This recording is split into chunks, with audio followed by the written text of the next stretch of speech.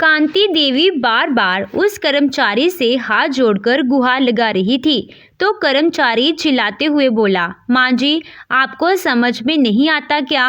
कितनी बार कह चुका हूँ, जब तक हमारी मैडम नहीं आ जाती हम कुछ नहीं कर सकते। यहाँ उनकी इजाज़त के बिना एक पत्ता भी नहीं हिलता। आपको यही बात समझ में क्यों नहीं आती है? कांति देवी चुपचाप जाकर अपनी जगह पर बैठ गई। करीब 10 बाद दरवाजे पर एक लंबी चौड़ी गाड़ी आकर रुकी तो ड्राइवर ने दौड़कर उस मैडम की कार का दरवाज़ा खोला तो सारे कर्मचारी अपनी अपनी जगह पर चुपचाप स्थिर खड़े हो गए। कांति देवी की नज़र जैसे ही उस हट्टी कट्टी नौजवान मैडम पर पड़ी तो उनकी आंखें फटी की फटी रह गई। उन्होंने तुरंत अपने आंचल से मुंह को ढक लिया। वो दृश्य देख उनकी आंखें डगमगाकर फैलकर चौड़ी होती जा रही थी और चुपचाप वहां से जाने लगी। तो एक कर्मचारी बोला, माँ जी, अंदर ऑफिस में मैडम आपको बुला रही हैं। लेकिन कांति देवी के कदम वही ठिठक गए। उनकी हिम्मत नहीं हो रही थी उस मैडम का सामना करने की। ठिठकते हुए कदमों से अंदर जाकर एक कुर्सी पर बैठ गई। बोलिए माँ, क्या परेशानी है आपकी? कांति देवी कपकपाती आवाज में बोली। उस आवाज के सुनते ही जैसे ही मैडम ने अपनी नज़र कांति देवी पर दौड़ाई तो उनको ऐसा लग रहा था कि किसी ने फिर से उसके जख्मों को कुरेद दिया था, जिसे वो चाहकर भी नहीं भूल पाई थी। कांति देवी की शक्ल ने एक बार फिर से उसके अतीत की तरफ मोड़ दिया था। तुझ जैसी बहू नहीं देखी, विधवाओं के लक्षण ही नहीं है। कुछ शर्म लिहाज तो कर दुनिया की। तेरा पल्लू सिर पर टिकता नहीं या तुझसे रखा नहीं जाता। मोहल्ले के सारे मर्दों को अपनी खूबसूरती दिखाती फिरती है। कांति देवी बहू पर बरस रही थी और बहू रश्मि चुपचाप नज़र जमीन में गड़ाए सुन रही थी। माँ जी, ये अपनी इज्जत उतार कर हमारी भी उतरवाना चाहती हैं। हम कहाँ मुंह दिखाएंगे? मोहल्ले की औरतें इन्हें देख देख कर कितनी बातें बनाती हैं। छोटी बहू कामना की बातों ने सास कांति देवी के गुस्से की आग में घी का काम किया और वो और ज़्यादा भड़क उठी। तू आज अंदर चल, तेरा चंचलपन मैं उतारती हूँ। कांति देवी रश्मि को खींचकर अंदर ले गई और बाल पकड़कर उसकी साड़ी खींच दी। ले, ऐसे पसंद है ना तुझे, ऐसे ही घूम। रश्मि दीवार से चिपकी खड़ी रो रही थी और सामने खड़ी उसकी बेटी पिंकी सहमी खड़ी देख रही थी। सास ने जी भरकर रश्मि को मारा और फिर थककर कमरे से निकल गई। ससुर जी ने सारा तमाशा देखा, मगर इस हालत में बहू को देखकर अपनी पत्नी से कुछ बोल ना सके और वहां से निकल गए। मम्मी, पिंकी अपनी माँ के जख्म देखकर तड़प उठी और हाथ से हिलाने लगी। रश्मि अपनी किस्मत को कोस रही थी और बार बार सामने दीवार पर टंगी पति की तस्वीर को देख रही थी। काश आप जिंदा होते तो मेरा ये हाल ना होता। जरा सा पल्लू सरक जाए तो माँ नहीं छोड़ती। रश्मि उन दिनों को याद करने लगी थी जब वो रंजन से शादी करके बहू बनकर इस घर में आई थी। सास ने इतना प्यार दिया था कि उसकी खुशी का ही ठिकाना ना था। ससुर जी वेद प्रकाश जी भी बेटी समझते थे और उसी तरह प्यार देते थे। लेकिन रंजन की मौत होते ही दुनिया बदल गई। देवरानी कामना ने उसके खिलाफ सास के कान भरने शुरू कर दिए। मम्मी जी, बुरा मत मानिएगा, मगर दीदी विधवाओं जैसा तो नहीं रहती। इतने रंगीन कपड़े कौन पहनता है? सास पहले तो चुप रहती थी, मगर बाद में उसकी बातें सुन सुनकर वो रश्मि के खिलाफ बढ़ चुकी थी। ना तो रश्मि को ठीक से खाना दिया जाता और ना ही सोने को बिस्तर। एक कोने में पड़ी रश्मि दिन भर रोते रोते काम करती। मम्मी जी, ये दिन भर सोती है और मैं काम करती हूँ। आज ये पिंकी को छुप छुप कर टॉफ़ी खिला रही थी। ये तो अब बच्चे को भी चोरी करना सिखा रही है। ये सुनते ही सास का हाथ फिर से रश्मि पर उठ गया। कांति देवी ने ना आओ देखा ना ताओ पिंकी के बाल खींचे और गाल पर थप्पड़ मारती चली गई। वो छोटी सी बच्ची मार खाकर तड़प रही थी। बोल, चोरी करेगी? चुप चुप कर खाएगी? बोल। अगर सब्जी में नमक कम होने पर वो नमक डाल लेती तो उसे बहुत बड़ा बुरा कह दिया जाता। स्वाद चाहिए इसको, विधवाओं के मुंह को स्वाद लगे हुए हैं, सास जट से कह दिया करती। पति गुजर गया महारानी का, मगर जाने कैसे इतना खा जाती है, ऐसे में तो भूख भी मिट जाती है। अपनी पत्नी की इन बातों पर उसके ससुर जी दांत पीसकर रह जाते। कभी साथ देते तो सास ताने मार मार कर घर का माहौल बिगाड़ देती। सुनो कांति, रश्मि के बारे में तुमसे कुछ जरूरी बात करनी है। क्या हुआ? इस करमजली ने आपसे भी कुछ कह क्या? कांति देवी रश्मि के नाम से ही चिढ़ बैठी। अरे नहीं कांति, तुम्हारा दिमाग हमेशा ऐसे ही क्यों हो जाता है? मैं तो ये बोल रहा था कि कल मैंने देखा कि रश्मि के कपड़े बेहद पुराने हो गए हैं और फटने लगे हैं। वो बेचारी सुधर कर पहनती है। मैं तुम्हें पैसे देता हूँ, कुछ उसको नई साड़ियाँ ला दो। समाज में इज्जत का सवाल है। वेद प्रकाश जी ने कांति देवी को समझाकर कहा, लेकिन कांति देवी के तेवर सुनते ही बदल गए। अच्छा जी, क्या बात है? नई साड़ी लाने की तैयारी हो रही है। कांति देवी ने अपने ही पति को ताना कसा तो वो आग बबूला हो उठे। तुम्हें उसकी तकलीफें नहीं दिखाई देती? उसको सताती रहती हो। वो अपने मन की कहती नहीं तो क्या यहाँ समझेगा भी कोई नहीं? वो तुम्हारे बेटे की ही विधवा है। कांति देवी वेद प्रकाश जी को काफी देर तक घूरकर देखती रही। शर्म नहीं आ रही तुम्हें इस विधवा के लिए ऐसी बातें करके? तुम आदमियों को तो इससे दूर रहना चाहिए। विधवा तो एक नागिन बराबर है। अपना पति तो खा ही गई, अब मेरे घर पर नजर डालते हैं ये। तुम्हें फटे कपड़े दिखाती है, जिसे कि तुम देखो ससुर के रिश्ते को भी नहीं देख रही ये। मैं इसको ऐसा सबक सिखाऊंगी कि ये याद रखेगी। कांति देवी मुंह से आग बरसा रही थी और ये सब सुनकर वेद प्रकाश जी दंग रह गए। हद है कांति देवी, तुम्हारी बुद्धि कितनी छोटी है। कहाँ तक सोच लिया तुमने? उस पर तरस खाने की बजाय दोषी ठहरा रही है ये औरत। शर्म आ रही है मुझे तो जैसी औरत को बीबी कहते हुए। इसके बाद कांति देवी ने घर सिर पर उठा लिया। बहुत देर तक घर में चिल्ला चिल्लाकर रश्मि को बुरा भला कहा। अम्मा, मम्मी ने क्या किया है? क्यों बोल रही हो? छोटी सी पिंकी ने आंखें तरे दी अपनी दादी कांति देवी की तरफ, तो उनका गुस्सा सातवें आसमान पर पहुंच गया। तुझे तो अब बताती हूँ। कांति देवी रसोई से बेलन लेकर पिंकी पर टूट पड़ी। रश्मि उसे बचाती रही, मगर उनका हाथ नहीं रुका। ससुर जी ने आकर पिंकी को अपनी तरफ खींचा तो कांति देवी के हाथ थम गए। इस दिन के बाद से कांति देवी हमेशा रश्मि को लेकर अपने पति को भी नहीं छोड़ती थी। वेद प्रकाश जी को कांति देवी का रश्मि के प्रति ये रवैया बर्दाश्त नहीं हो रहा था। यार मोहनलाल, क्या करूं? कांति तो रश्मि के पीछे हाथ धोकर पड़ी है, बेचारी सहती रहती है। ऊपर से अंजू की पत्नी भी कांति के कान भरती रहती है। रश्मि का जीना मुश्किल कर रखा है दोनों ने। मैं कुछ करता हूँ उसके लिए तो मैं साथ भी झगड़ता रहता हूँ। वेद प्रकाश जी अपने एक दोस्त मोहनलाल जी को अपने हालात बताकर अपना दुख बयान कर रहे थे। अरे, तो इसकी दूसरी शादी क्यों नहीं करवा देता? आजकल तो ऐसा बहुत होता है। दूसरा सहारा मिलेगा तो उसकी जिंदगी बदल जाएगी और खुश भी रहेगी। बच्ची को भी पिता का साया मिल जाएगा। वेद प्रकाश जी को अपने दोस्त की बात सही लगी थी। कहता तो सही है, चल कोई लड़का हो तो बताना। वेद प्रकाश जी ने उसमें लड़का ढूंढने को कह दिया था, लेकिन उन्हें घबराहट भी थी कि अगर कांति देवी को पता चलेगा तो वो नहीं मानेगी। उसके हिसाब से विधवा का जीवन अकेले ही गुजारना चाहिए। एक दिन वेद प्रकाश जी के दोस्त मोहनलाल जी घर आ निकले। रश्मि ने पानी लाकर दिया और चाय बनाने लगी। भाई वेद प्रकाश, तुम्हारी रश्मि बड़ी सुशील बहू है। मोहनलाल जी के मुंह से रश्मि की तारीफ सुनकर कांति देवी और कामना जल उठी।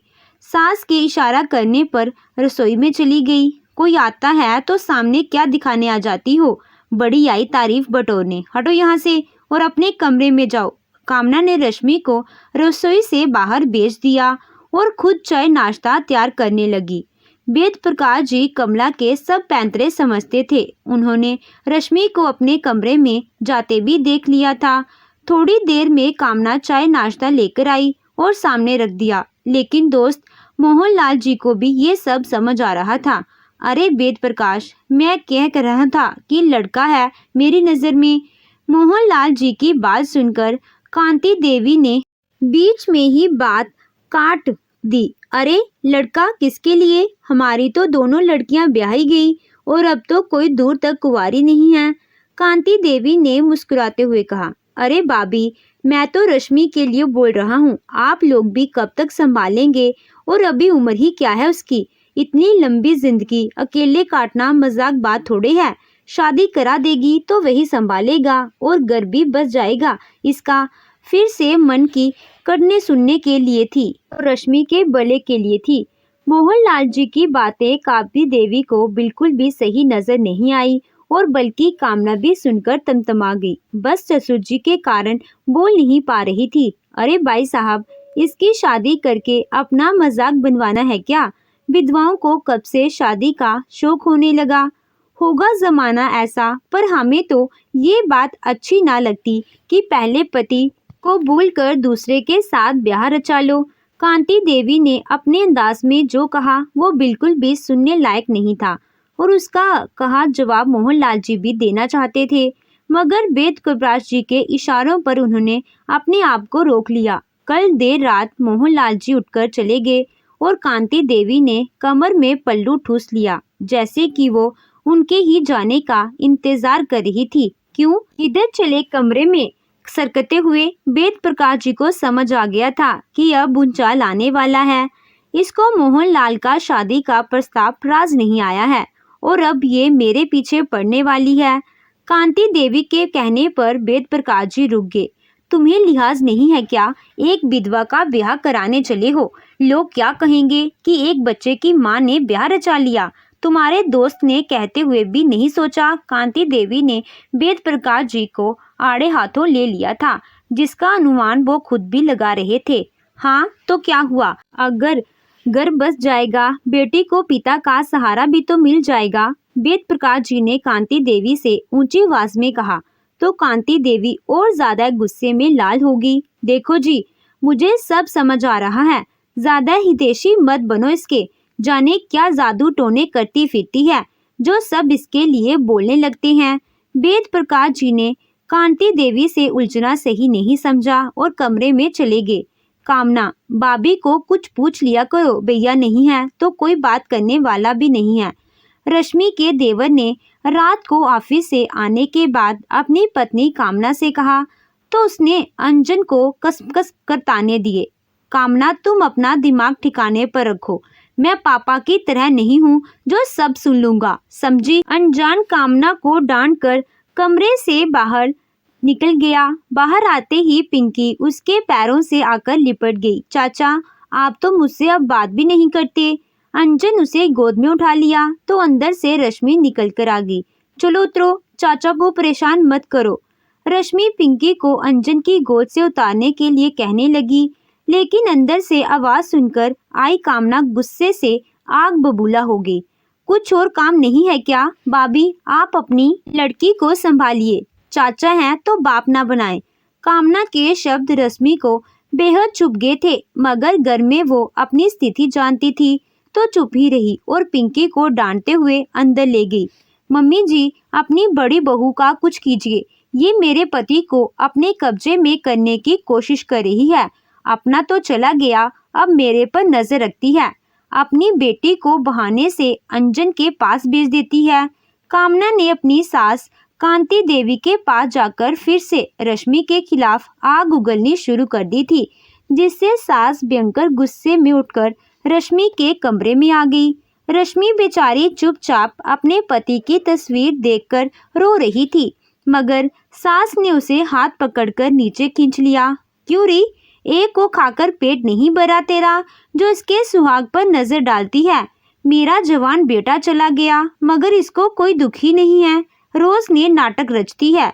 कांति देवी कहते कहते उसको बाहर ले आई और खूब खरी खोटी सुनाने लगी। देवर और ससुर बीच में बोल दे, दोनों ने उसको चुप करा दिया और रश्मि के चरित्र पर उंगली ना उठाए, इसके लिए उन्हें शांत होना पड़ा।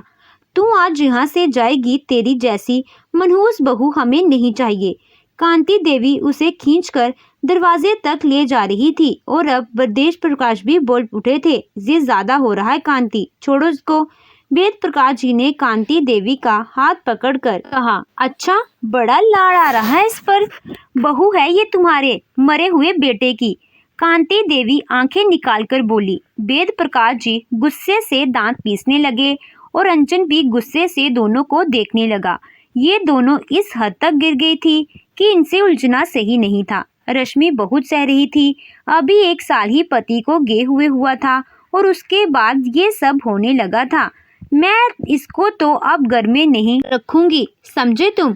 कांति देवी रोती बिलखती रश्मि को खींचकर बाहर ले गई। पिंकी बेचारी माँ से लिपटी हुई खूब रो रही थी। आज रश्मि के हक में कोई नहीं बोल पा रहा था, बल्कि कामना के चेहरे पर रश्मि की बेइज्जती करके खुशी दिखाई दे रही थी। कांति देवी ने दरवाजा बंद कर लिया था और रश्मि बाहर दरवाजे पर ही बैठी रही, अपनी बेटी पिंकी को सीने से लगाए हुए। रश्मि सिसक सिसक कर रो रही थी, उसका दुख देखने वाला भी कोई नहीं था। रात भर कांति देवी और कामना को उसका होश ही नहीं आया। सुबह उठते ही कांति देवी ने कामना को आवाज लगाई, कामना चाय नहीं बनी अभी तक। लेकिन कामना सो रही थी और कांति देवी को आवाज उसके कानों में गई ही नहीं। इसकी कलमुही को बुलाती हूँ बाहर से, अब तक तो अक्ल आ गई होगी। कांति देवी ने सोचा कि अभी तक रश्मि पेशे की तरह रोती हुई बाहर ही बैठी होगी और बुलाने पर चुपचाप अंदर आकर काम में लग जाएगी, मगर आज वो बाहर नहीं थी। सुनते हो, तुम्हारी बहू भाग गई। कांति देवी ने अब भी रश्मि पर ही इल्जाम लगा दिया। सोए हुए वेद प्रकाश जी उठे और जल्दी से बाहर गए। कहाँ गई दोनों? वेद प्रकाश जी परेशान हो गए थे। कहाँ गई होंगी, उसे कौन रखेगा? कोई मिल गया होगा जिसके साथ भागी होगी। कांति देवी के शब्द इतने गिरे हुए थे कि सुबह सुबह वेद प्रकाश जी को गुस्सा आ गया। कांति देवी, तुम्हें शर्म नहीं आती? तुमने कल उसे बाहर निकाला था, आज किस मुंह से उसे अंदर लेने गई थी काम कराने के लिए? वेद प्रकाश जी चीख रहे थे, मगर कांति देवी का मन गुस्से से भरा जा रहा था। उसके चक्कर में यहाँ चिल्लाने की जरूरत नहीं है, समझे? चल कामना, चाय बना। कांति देवी ने अब भी वेद प्रकाश जी को हड़काया और कामना से चाय बनाने को बोला। कामना चली तो गई, लेकिन उस पर तो अब काम का बोझ आन पड़ा था। मम्मी भी ना इतना तो सोच लेती कि काम कौन करेगा, अब मुझे दौड़ा कर रखेंगी, लेकिन मैं कुछ नहीं करने वाली। रश्मि का यूं गायब हो जाना कांति देवी को उसका भाग जाना लगा। तो वहीं वेद प्रकाश जी ने भी कह दिया कि अच्छा है चली गई, कम से कम सुकून से तो होगी। दिन बीतने लगे और रश्मि को गए हुए 6 महीने बीत चुके थे। उसके घर भी कोई न आया और नहीं कोई गया। कांति देवी ने उनसे पहले ही रिश्ता तोड़ दिया था। रश्मि के घर में बस भाई भाभी ही थे, उन्हें भी लेना देना नहीं था और माता पिता तो कब के चल बसे थे। रश्मि पिंकी को लेकर जाने कहाँ थी। कामना खाना बना कि नहीं? कांति देवी के साथ कामना का बर्ताव दिन ब दिन खराब होता जा रहा था। मम्मी, मैं आपकी नौकरानी नहीं हूँ और ना ही रश्मि भाभी हूँ, और जो हर वक्त दौड़ाकर रखेंगी आप। खुद के हाथ पैर चलाया कीजिए। ये सब देखकर वेद प्रकाश जी कह भी देते, कांति देवी, वक्त की मार बहुत बुरी होती है। इससे कांति देवी तिल मिलाकर रह जाती। एक दिन कांति देवी ने कामना को किसी काम के लिए आवाज लगाई तो कामना अंदर से चिल्लाती हुई बाहर आई, ए बुढ़िया, तुझे चैन नहीं है क्या? जब देखो आवाज लगाती रहती है। मैं तंग आ गई हूँ तुमसे।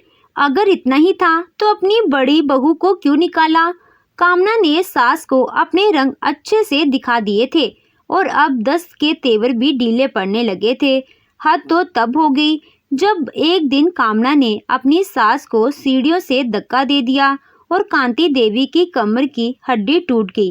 अब कांति देवी बिस्तर पर आ चुकी थी और सेवा करने को कोई तैयार नहीं था। ससुर वेद प्रकाश जी जब तक ताने देकर निकल जाते, जैसी करनी वैसी वरनी। बिस्तर पर पड़े पड़े कांति देवी की कमर में जख्म हो चुके थे। कामना अपनी ही देह में मस्त थी। दास को बहुत कोई चिंता नहीं थी और ना ही अंजन ध्यान देता था। अब कांति देवी से ज्यादा बोला भी नहीं जाता था। 2 टाइम का खाना भी कामना 1000 बातें सुनाकर देती थी। बुढ़िया जाने कब मरेगी। कामना को ऐसे करने देखकर कई बार वेद कृपाजी सुन लेते थे, मगर अपनी इज्जत की खातिर उसके मुंह लगना सही ना समझते थे। धीरे धीरे इसी अवस्था में 1.5 साल से ऊपर बीत गया। वेद प्रकाश जी को अब कांति देवी का ख्याल होने लगा था, क्योंकि उसकी बिगड़ती हालत में कोई सुधार नहीं था। इससे तो अच्छा रश्मि थी, इसने तो मुझे सड़ने को छोड़ दिया। एक दिन कांति देवी रश्मि को याद कर रोने लगी। कांति, ये जो तुम्हारा हाल हो रहा है वो सब तुम्हारे किए का ही फल है। तुमने उस बेचारी को रात में घर से निकाल दिया था। अब जा कहाँ होगी, किस हाल में होगी। तुमने उसकी कितनी बद्दुआ ली है, सोचो जरा। अगर मुझे मरने से पहले एक बार मौका मिले तो मैं उससे माफी मांग लूंगी।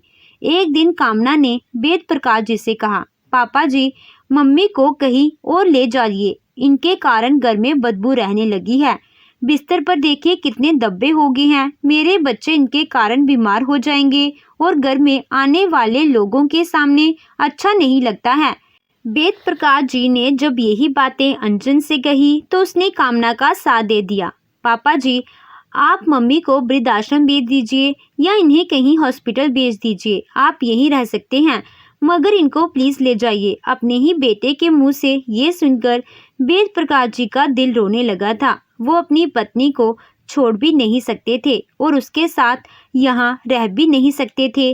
उन्होंने घर छोड़ना ही सही समझा। सरकारी नौकरी से रिटायर होने के कारण अच्छी खासी पेंशन आती थी, जिसके सहारे वो आश्रम चले गए। वृद्धाश्रम में रहते रहते कुछ सालों बाद कांति देवी की हालत ज्यादा बिगड़ने लगी। वो वृद्धाश्रम वालों की टीम ने उन्हें सरस्वती अस्पताल में भर्ती करा दिया था। यहाँ करीब 7 साल बाद अपने सामने ऐसे रश्मि को देखकर कांति देवी की आंखें फटी रह गई। मैडम, ये माँ जी आपका बहुत देर से इंतजार कर रही थी, क्या आप इनको जानती हैं? उस नर्स ने आवाज से रश्मि से बाहर आई। रश्मि बोली, अच्छे से जानती हूँ इन्हें। रश्मि के आगे कांति जी फूट फूट कर रोने लगी, लेकिन अब उनका मुंह माफी मांगने लायक भी नहीं था। रश्मि ने उनकी हालत देखकर अपना फर्ज निभाया, उनकी साफ सफाई की और अच्छी तरह से इलाज शुरू किया। वो रोज उनको देखने आती रही, लेकिन एकता की तरह ही बात करती और सेहत के बारे में पूछती। वेद प्रकाश जी को रश्मि को पैरों पर खड़ा देखकर बड़ा सुकून हुआ। कांति देवी ने एक दिन पूछ लिया, पिंकी कैसी है? रश्मि ने नजरें मिलाए बिना जवाब दिया, ठीक है। बेटा, मुझे माफ कर दे। कांति देवी की बात को रश्मि ने अनसुना कर दिया था। बेटा, ये जिस हालत में है, इसको ईश्वर ने बहुत सजा दी है। इसने जो भी तेरे साथ किया वही ये अब भुगत रही है। वेद प्रकाश जी ने रश्मि को चुपचाप खड़ा देखकर कहा, बेटा, मुझे जीते जी माफ कर दे। तेरे जैसी बहू की मैंने कदर नहीं की। विधवा होते हुए तेरा इतना अपमान किया, मगर अब मैं विधवा नहीं हूँ। कांति देवी के विधवा कहने के नाटी रश्मि बोल पड़ी थी। कांति देवी देर से देखने लगी थी। हाँ जी, मेरी शादी हो गई है, वो भी उसी लड़के से जिससे पापा जी चाहते थे। रश्मि ने वेद प्रकाश जी की तरफ इशारा किया तो कांति देवी चौंक गई। कांति, तुमने तो उसको घर से निकाल दिया था और आज यही तुम्हारी सेवा कर रही है। कामना ने तो तुम्हें घर से निकाल दिया। वेद प्रकाश जी की बातें एकदम सही थी। कांति देवी शर्म के मारे जमीन में गड़ी जा रही थी। उनके मुंह में शब्द ही बचे थे। बस बड़ी आंखों से रश्मि के सामने हाथ जोड़े बिस्तर पर पड़ी थी। मम्मी जी, पापा जी ने ही मेरी शादी कराई है और मुझे इस काबिल बनाया है। आज आपके सामने अपने पैरों पर खड़ी हूँ। उस दिन आपने तो बाहर निकाल दिया था, मगर पापा जी के दोस्त मोहनलाल जी को पापा ने फोन कर मेरे पास भेज दिया था। मैं तो हमेशा की तरह रोती हुई दरवाजे पर ही बैठी थी, लेकिन तो मुझे अपने घर ले गए और पापा से बात करवाई। उसके बाद पापा को मदद से ही मैं आज एक डॉक्टर बनी और पैरों पर खड़ी हुई। मोहनलाल अंकल जी ने मेरी शादी करवाई। पहले तो मैं करना नहीं चाहती थी, लेकिन बाद में पिंकी की खातिर मान गई। पापा जी ने मेरा कन्यादान किया। ऐसे पिता समान ससुर सबको मिले। रश्मि कहते कहते रोने लगी थी। बेटा, अगर ये सब इसके सामने करता तो इसको अक्ल कैसे आती? ये तो खिलाफ ही खड़ी थी। कांति देवी की आंखें छलक रही थी और उनसे कुछ बोलते नहीं बन रहा था। मैं इस लायक तो नहीं कि मुझे माफी मिले, लेकिन फिर भी मैं तुझसे माफी मांगती हूँ बेटा, जीते जी माफ कर दे। कांति देवी को रश्मि ने माफ कर दिया। मम्मी जी, उस बात के कारण आज मैं पैरों पर खड़ी हूँ। मेरा घर बस गया है, लेकिन पापा जी मेरे लिए भगवान समान है। ये कहकर रश्मि वेद प्रकाश जी के गले से लग गई। वेद प्रकाश जी के विनती करने पर रश्मि ने कांति देवी को दिल पर पत्थर रखकर माफ तो कर दिया और उन्हें अपने साथ घर ले गई। दोस्तों, हमारे समाज में अभी भी कई जगह लोग विधवा को मनहूस मानते हैं और इनकी जिंदगी से खुशियां छीनने में लगे रहते हैं। उसके चरित्र तक पर भी उंगली उठाने से बाज नहीं आते हैं। लेकिन सब भूलकर आगे बढ़ना अच्छा है। कोई विधवा श्राप नहीं, बल्कि किस्मत का लेखा है। जो कब किसके साथ हो नहीं कह सकते। ऐसे में उस महिला को जीने के काबिल बनाएं और उसका सहयोग करें। यही इस कहानी का सार है। तो आप सबको क्या लगता है, रश्मि ने कांति देवी को माफ करके सही किया या गलत? कमेंट बॉक्स में अपनी राय विचार लिखकर जरूर बताइएगा। धन्यवाद।